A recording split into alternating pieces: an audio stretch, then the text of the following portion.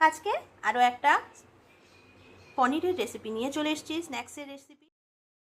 এই স্ন্যাক্স রেসিপিটা বানানোর জন্য আমি এখানে পনির নিয়ে নিয়েছি, এখানে কিছু আলু সেদ্ধ নিয়ে নিয়েছি, এখানে সুইট কর্ন নিয়েছি, রসুন নিয়েছি, আদা নিয়েছি, এগুলো সব গ্রেট করে নিয়েছি, পেঁয়াজ কুচি নিয়েছি, আর 3-4টে মতো ব্রেডকে জলে সোক করে নিয়েছি।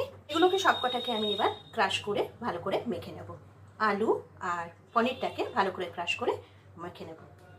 পনিরটাকে এরকম গ্রেট করে নিয়েছি, কিছু কিছু এরকম শক্ত শক্ত আছে, সেগুলো এইভাবেই রাখবো।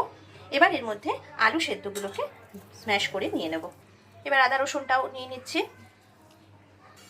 আদা রসুনও নিয়ে নিয়েছি, কর্নও নিয়ে নিলাম, সোক করা পাউরুটিগুলো এর মধ্যে নিয়ে নিলাম। এবার এর মধ্যে যে মশলাগুলো যাবে, হলুদ, নুন, আন্দাজ মতো চিনি, অরিগ্যানো, চিলি ফ্লেক্স, গোলমরিচের গুঁড়ো, এই সব কিছু দিয়ে আমি এটাকে মেখে নেব। সব কিছু দিয়ে মাখা হয়ে গেছে। এবার এর মধ্যে একটু আমি সুজি ছড়িয়ে দেবো, এতে টেক্সচারটা খুব ভালো হবে।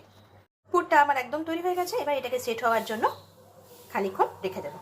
আমার পনির কাটলেটটার পুরটা একদম রেডি হয়ে গেছে।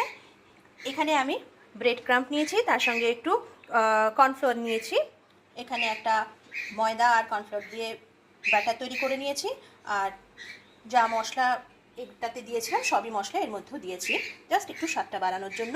এবার এখান থেকে আমি এক একটা করে এরকম খানিকটা পরিমাণ পুর নিয়ে নেব, এর মাঝখানটায় চিজ দেব, দিয়ে কাটলেটগুলো তৈরি করে নেব।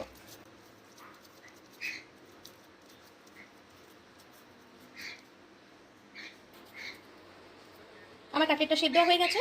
এবার আমি এটাকে এই ব্রেড ক্রাম্পের মধ্যে একটু নিয়ে নেব, নিয়ে ব্যাটারটার মধ্যে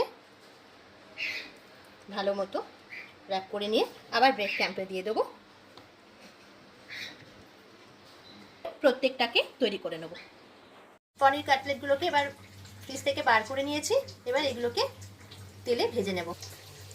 ডিমে আছে সব কাটলেটগুলো আস্তে আস্তে ভেজে নিতে হবে। পনির কাটলেটগুলো একদম ভাজা হয়ে গেছে। তো দর্শক বন্ধুরা, কেমন লাগলো আজকের এই পনিরের আইটেমটা?